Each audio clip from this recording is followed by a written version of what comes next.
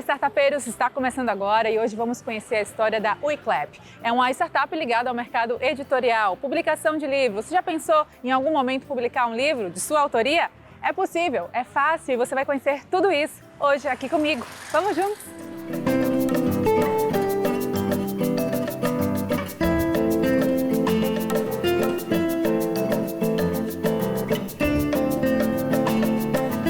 Comigo, Betinho Saad, é um prazer estar aqui contigo para falarmos de literatura, cultura, enfim, da Weclap. Gostaria de ouvir toda a história de vocês. Pô, legal. Obrigado pela oportunidade, por estar podendo dividir essa empresa maravilhosa, né, naturalmente, com vocês, né? Então, o que aconteceu? Como que surgiu a Weclap? Eu estava desempregado, buscando uma oportunidade, né, e eram tempos difíceis, né? Mas, enfim, e lendo as notícias, eu vejo que a Amazon foi a primeira empresa, ou a segunda, a atingir um valuation de $1 trilhão no mercado. Em compensação, continuando nas notícias, eu me deparei com várias livrarias tradicionais e vários players do mercado entrando em recuperação judicial, saindo do Brasil, ou seja, um mercado extremamente complicado. E foi quando eu me fiz a pergunta, puxa, como é que pode uma empresa ter começado com a venda de livros? Não é que ela é grande, ela é praticamente uma das maiores empresas do mundo e toda a cadeia produtiva por trás dela, tá aí fracassando. Isso me chamou a atenção, eu resolvi fazer um estudo no mercado, fiz um deep dive no mercado e entendi que o mercado ele é completamente cheio de dores para serem resolvidas. Então é um mercado com muita oportunidade, onde a tecnologia ainda não tinha entrado de fato, mas a tecnologia era a solução para isso aí. Por exemplo, né, o que acontece? Mais ou menos, somente 1 a cada 1000 livros apresentados às editoras é levado a sério para ser publicado. Imagine só se o Instagram ou o YouTube, se fosse assim também com eles. Você quer publicar uma foto, eles vão analisar e dizer o que pode ou não ir para o mercado. Você quer publicar um livro, tem que mandar para o YouTube, um vídeo, tem que mandar para o YouTube, eles têm que analisar esse vídeo para dizer se esse vídeo pode ou não ir para o mercado. Só que para o mercado de livros as coisas funcionam, estavam funcionando assim. Então, qual que era a oportunidade? A gente conseguir, de fato, desburocratizar e democratizar a publicação de livros físicos, né? Deixar com que todos possam publicar, né, o seu conteúdo e o mercado consumidor deve escolher aquilo que eles querem acompanhar ou não, né? E isso é muito legal, porque, bom, naturalmente, você abre a porta, você democratiza, você tem um processo de inclusão, né, você fomenta a cultura, né, você tem milhares de pessoas que já haviam perdido o hábito de leitura ou que nunca leram, mas quando é um filho que escreve ou um ente querido, um grande amigo escreve, essa pessoa volta a ler e pega o gosto novamente. Então, assim, basicamente foi uma oportunidade interessante, no momento certo, aí o surgimento da Weclap.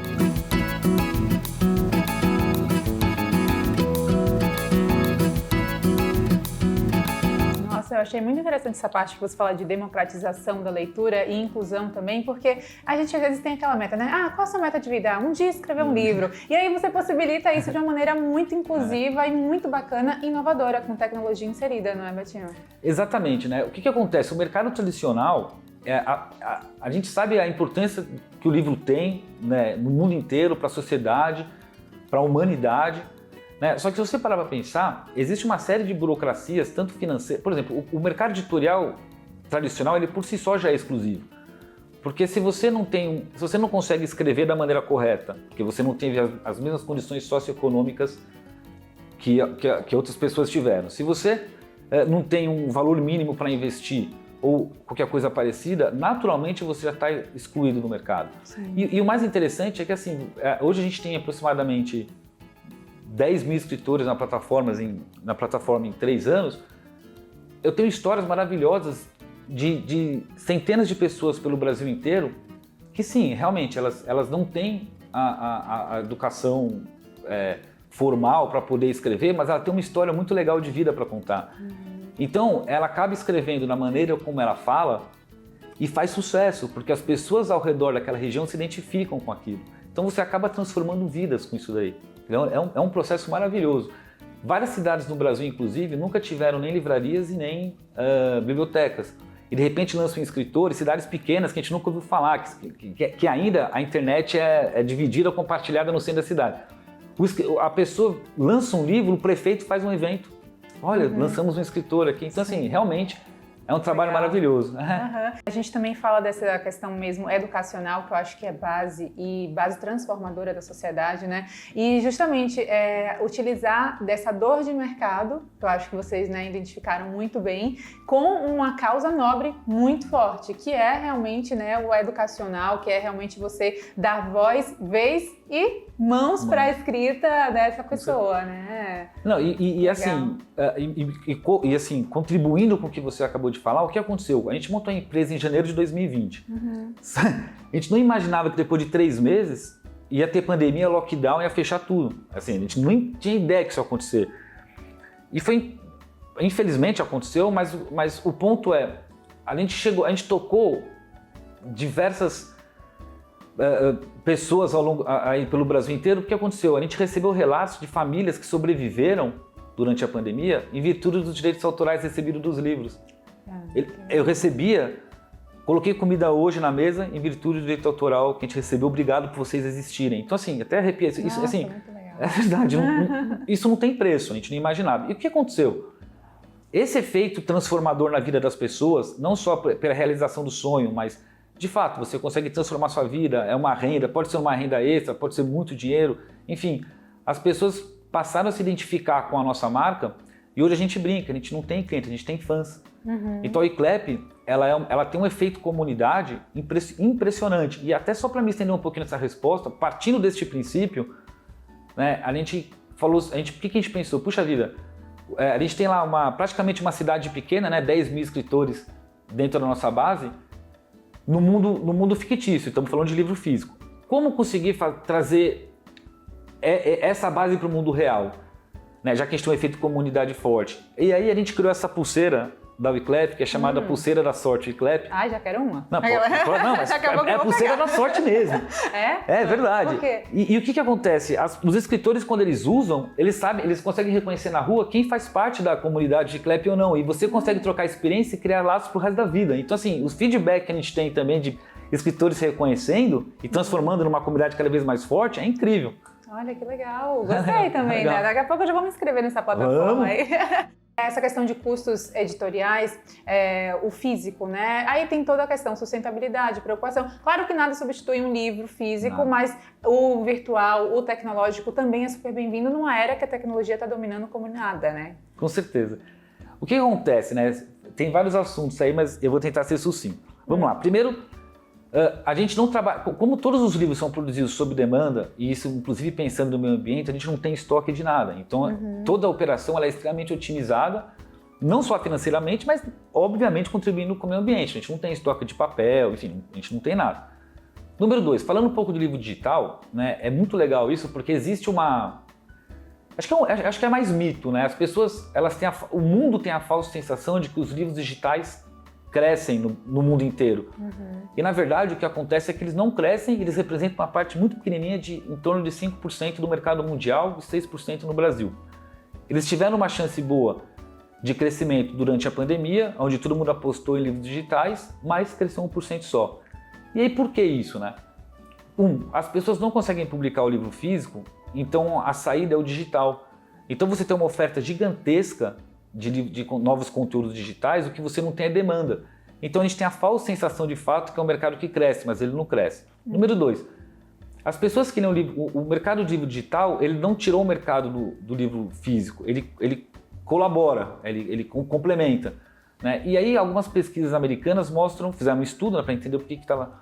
Porque realmente, né, o livro digital tem algumas vantagens, mas em cima dessa pesquisa que eles realizaram lá eu não me lembro agora quantas pessoas, eles chegaram à conclusão que, primeiro, o livro físico as pessoas preferem, por quê? Porque você pode dar de presente, você consegue autografar, a pessoa de fato se sente publicada, você pode usar de enfeite, é fácil voltar na página, não tem propaganda. Então, enfim, existe uma série de vantagens do livro físico oferece em relação ao livro digital, por isso que hoje 100% do nosso foco são os livros físicos. Agora, quando você fala desse cenário internacional, com essa pesquisa até citada, a gente tem um comparativo Brasil com o mundo com relação a avanços na literatura ou fomento, incentivo dela? Você tem isso? Não, é assim, o que acontece, né? Isso também é um negócio legal. Porque assim, ó, a gente fala, vamos falar um jargão, e o brasileiro não lê. Vamos lá.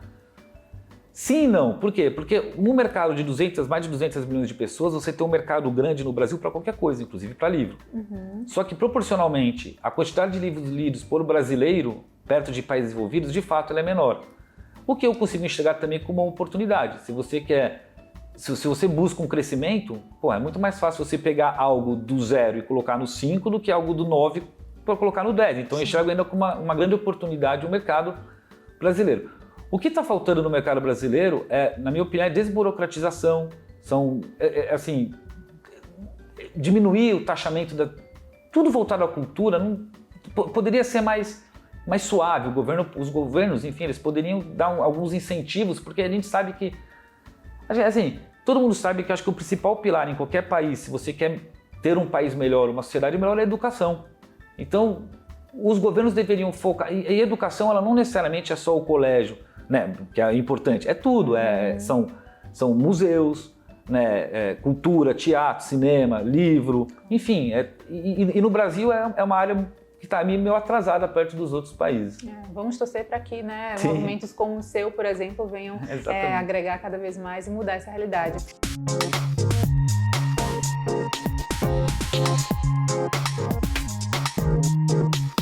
Agora, Betinho, falando sobre a estrutura da startup em si, a questão do investidor, da figura financeira, que é muito importante também para a manutenção desse negócio. Como é que funciona para vocês aqui na WeClap? Pô, legal também. O que acontece, né? Existe um negocinho que é até legal falar isso para quem estiver assistindo, que chama ciclo financeiro. Tá? Então, assim, antes de falar de investidor, eu queria entrar no ciclo financeiro. Se você tiver a oportunidade de montar o seu negócio, seja qual negócio seja, e você conseguir ter um recebimento antes de você ter que pagar os seus fornecedores, este prazo você sempre vai conseguir ter um fluxo de caixa positivo. Então não importa o resultado da sua companhia, mas você tendo um fluxo de caixa positivo, você acaba tendo um runway infinito. Então esse é um grande segredo. Naturalmente para startups, qual que é o jargão, né? Puxa, tem que queimar caixa para poder financiar crescimento. Eu acho que tem que fazer isso com certo equilíbrio. Com relação ao WeClap, a gente usa essa filosofia. Então a gente tem um ciclo financeiro positivo que entrega para a gente um fluxo de caixa positivo. Como a gente não queima a caixa de uma maneira absurda, até porque desde o início a gente tem que testar alguns canais de aquisição, entender o que funciona, melhorar o produto, a gente achou mais inteligente fazer alguns tipos de testes antes de fato buscar aí uma escalabilidade enorme, que é a fase que a gente está vivendo hoje, né? Hoje a gente consegue ter um investimento considerável em marketing e isso traz um retorno para a gente importante, né? No comparado. Não sei se eu consegui responder a sua pergunta. Não, conseguiu sim, é porque eu acho que uma figura do investidor, a questão do recurso mesmo envolvido para manter um negócio, para fazer ele crescer, é muito importante para quem nos acompanha, né? Para quem realmente tem curiosidade ou até pensa, quem sabe tem uma ideia ligada ou não à área em específico, mas assim, o investidor é um importante ponto também para a startup. Boa, é isso que eu estava esquecendo, sim. Dificilmente alguma startup ela consegue sobreviver sem investimento. Então, o que acontece? Por mais que você tenha mesmo que você esteja fazendo a lição de casa, no break-even, fluxo de caixa positivo e tudo bonitinho, se você vai chegar um momento que você tem que crescer.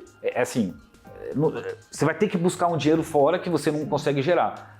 Então, assim, os investidores, seja ele anjos, né, na fase lá, você tem os anjos, depois tem o venture capital, enfim, cara, eles são vitais para manter o capital de giro, jogar a caixa para dentro da empresa para você conseguir estourar no crescimento. Mas assim, é vital mesmo, não tem escolha. A gente tem investidor, não sei se eu posso falar. Sim. A gente passou aí, a gente montou a operação, a gente ficou um ano rodando a operação a gente mesmo, a gente resolveu buscar uns investidores anjos, a gente conseguiu a Poly Angels, né, que são os investidores anjos da Faculdade de Engenharia da USP, né? A gente tem um relacionamento excelente com eles, são super felizes. E naturalmente, não só o dinheiro, tá? Porque quando você busca investidor, o dinheiro ele é importante. Mas se tem uma coisa que, na minha opinião, é mais importante que dinheiro é o conhecimento que eles têm para te passar. Por quê? Porque você consegue queimar muitas etapas ou não ter erros. Então você consegue otimizar de fato a operação. Então o dinheiro é importante. Pô, legal, resolveu um problema. Agora, você pode queimar o seu dinheiro em poucos meses. Então é legal você ter uma mentoria de pessoas que estão no mercado para poder otimizar todo esse recurso, não só esse recurso, otimizar a empresa como um todo. Claro, trazer sustentabilidade dessa empresa, né, no sentido saudável mesmo, de fluxo de caixa e, claro, sustentação geral do negócio e da ideia também que foi criada ali.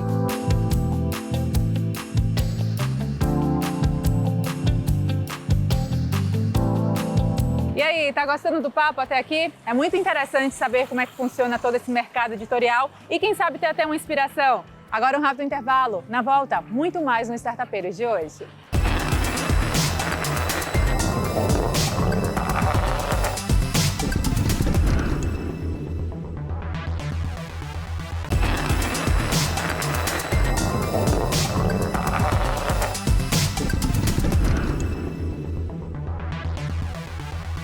Dica para quem é empreendedor. Eu vejo aqui também até um livro, se você puder comentar um pouco, já faz parte da plataforma também. E aí a gente já fala sobre isso, afinal estamos no canal Empreender, não é mesmo? Não, legal. Bom, falando, esse aqui é o livro da Luciana Abramo, ela é uma escritora super querida, né? Como eu te falei, a gente tem um bom relacionamento, são 10 mil escritores, mas a gente acaba tendo um relacionamento muito próximo com vários.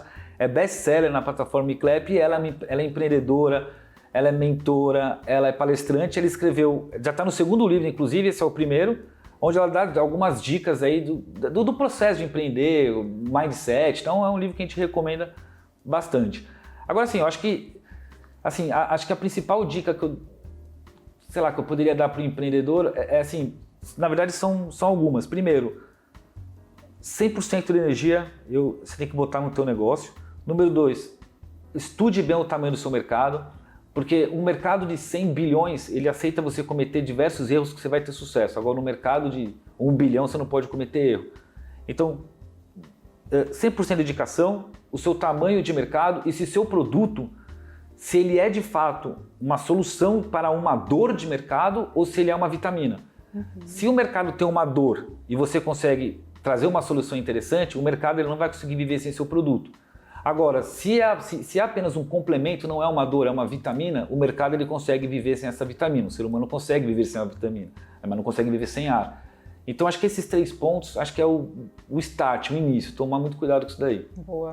Qualquer lugar do Brasil, qualquer pessoa que esteja em qualquer estado pode ter acesso, pode se tornar, então, aí ligado ao eClep? Sim. Assim, essa é uma grande vantagem, né? Então, o que eu gosto de brincar, né? Assim, primeiro, a eClep a gente atende nível Brasil. Então, assim, qualquer escritor, qualquer pessoa, inclusive tem criança best-seller, consegue publicar o seu livro, ter uma experiência excelente e, inclusive, rentabilizar. Mas o que é mais importante do que isso? Né? É justamente os consumidores hoje em dia, de maneira geral, todo mundo faz compras em e-commerce. Né? E isso é algo que vem crescendo. Por quê? Porque você tem suas vantagens, acaba sendo mais barato, você não precisa sair de casa, você não tem custo de transporte, estacionamento e, principalmente, tempo e segurança. Então, com esse novo hábito de consumo dos consumidores sendo para e-commerce, isso favorece muito o negócio, porque a nossa prateleira acaba sendo infinita. Você não precisa mais ir numa livraria física, ter que se locomover, etc. para chegar lá e descobrir que o livro não tem. Não, então hoje, em qualquer lugar do Brasil, né, os e-commerce, mas inclusive a gente consegue não só o escritor publicar, mas também entregar o livro físico aí para o comprador, para o leitor. Então é uma vantagem imensa. E aproximar as diferenças também, né? A gente fala de regionalismo, às vezes, na literatura. Eu, como baiana, falo também de Jorge Amado, quem sabe? Mas é muito legal ver as nuances do Brasil, as realidades e as próprias histórias, né, de cada pessoa. Cada cabeça é um mundo, não tem jeito, né? Exatamente.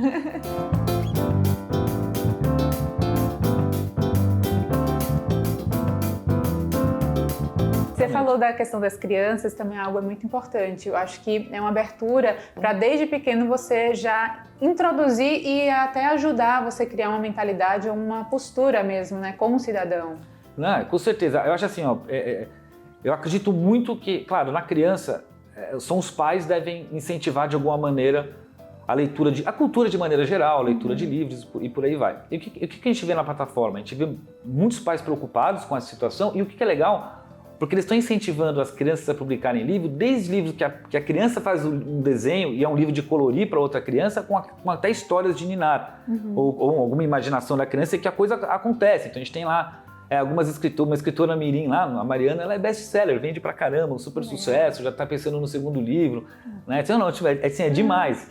Depois eu quero ver. Não, eu te mostro, é um negócio incrível, assim, é demais.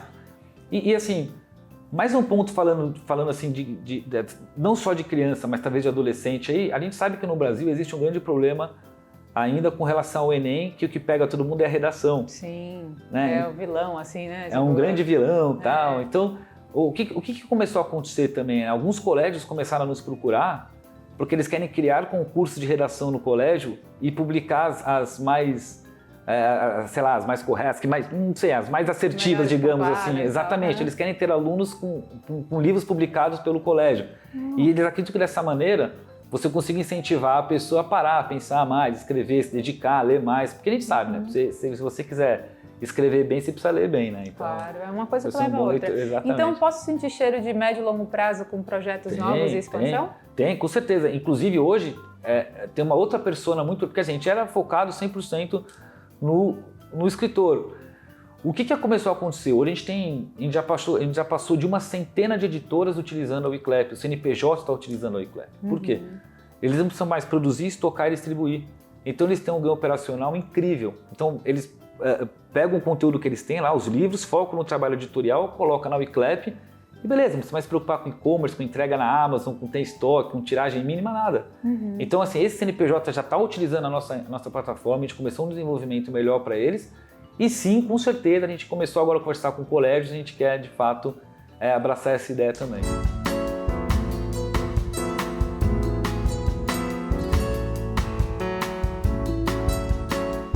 E o uso da plataforma é fácil, acesso? Não, como é que super faz? tranquilo. Rapidamente, se você puder falar. Não, posso. A coisa que eu mais gosto de falar, o que acontece?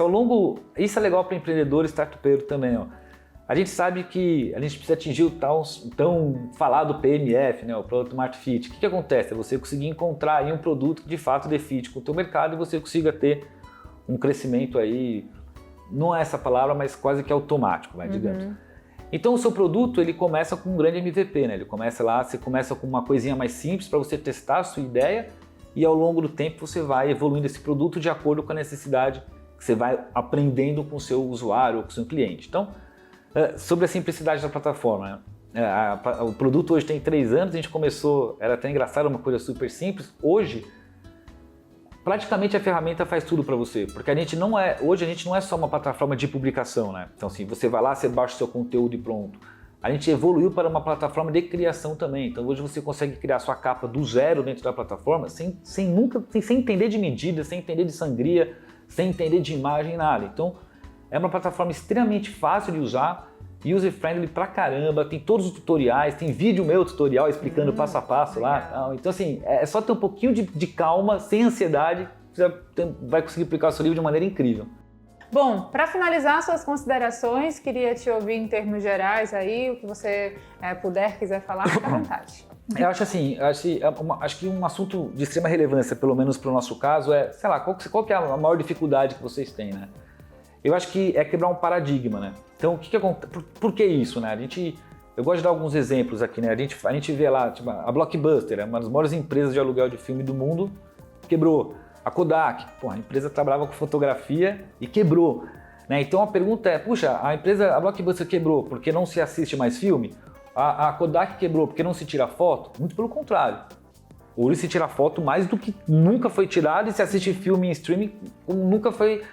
Mas o que acontece? O hábito de compra do consumidor mudou. Ele não quer mais ir na Blockbuster, alugar, pagar multa, devolver e por aí vai, né? E assim como também que a Kodak, apesar dela ter sido a primeira na questão digital, ela não conseguiu acompanhar. E assim funciona para livros também. Então, a maior dificuldade nossa é quebrar esse paradigma, porque o livro ele é produzido hoje como ele era 10 mil anos atrás. Você vai lá, você passa horas escrevendo, sofre, escreve o manuscrito, aí você tenta a sorte, bate na porta de editoras, vai ouvir não, e você acaba desistindo. A tecnologia ela veio justamente para quebrar isso daí e tentar mudar o mindset do mercado. Então, a nossa maior dificuldade hoje é porque a maioria das pessoas chegam na plataforma ainda com muitos vícios do mercado tradicional. Tem multa rescisória? Ah, não, a gente não tem multa rescisória, você entra e sabe o que você quiser. Ah, quanto custa publicar? Não custa, você vai lá e você põe seu conteúdo. Eu consigo, então assim, são uma série de... Eu consigo escolher o quanto eu vou ganhar, porque na editora o contrato, exclusividade... Não, a gente não tem exclusividade, não tem nada. Então assim, essa quebra de paradigma, as pessoas estão começando a entender. E só mais uma consideração importante, o que acontece, né? Betinho, qual que é o seu objetivo? Um exemplo. Sim. Eu acho assim que, assim como... Não sei se você pode falar, tem algumas empresas que eu acho que fizeram algo interessante. Você pega a XP, eles conseguiram entregar uma plataforma democrática de investimento, porque antes ficava centralizado na mão dos bancos e só quem tinha muito dinheiro tinha acesso aos bons investimentos. O que a XP fez? Ela foi lá, democratizou a plataforma, todo mundo tem acesso aos investimentos agora, todos os bancos estão correndo atrás para tentar acompanhar. Você pega o Nubank, sempre tiveram que cobrar taxa de cartão de crédito. Porque o Nubank começou com uma ideia assim, de maneira grossa, um cartão de crédito sem taxa. O que está acontecendo? Vários bancos estão seguindo esse movimento. E eu tenho certeza que a Oiclep ela vai puxar esse movimento no mercado editorial, fazendo com quê? Com que o mercado editorial tradicional tenha que adequar o modelo de negócio. Entendeu? Você vai ter que oferecer melhor, tratar melhor o escritor, oferecer mais, melhorar a margem, não ter multa rescisória e por aí vai. Então, qual que é o seu grande objetivo? Se eu conseguir disruptar o mercado nesse ponto, e depende do Oiclep, acho que esse é o foco. Aí sim a gente conseguiu transformar o mercado, diversidade, inclusão, democratização, cultura, enfim, acho que é isso aí. Adorei essas palavras aí, palavras soltas. Muito obrigada, olha, adorei e sucesso cada vez mais para vocês, é muito admirável o trabalho. Poxa, muito obrigado pela gentileza e estamos sempre dispostos aí quando precisar. Conte com a gente também. Obrigado. E assim chegamos ao fim de mais um Startupeiros, espero que você tenha aproveitado. Eu particularmente adorei o papo. Te espero sempre no próximo programa aqui no canal Empreender.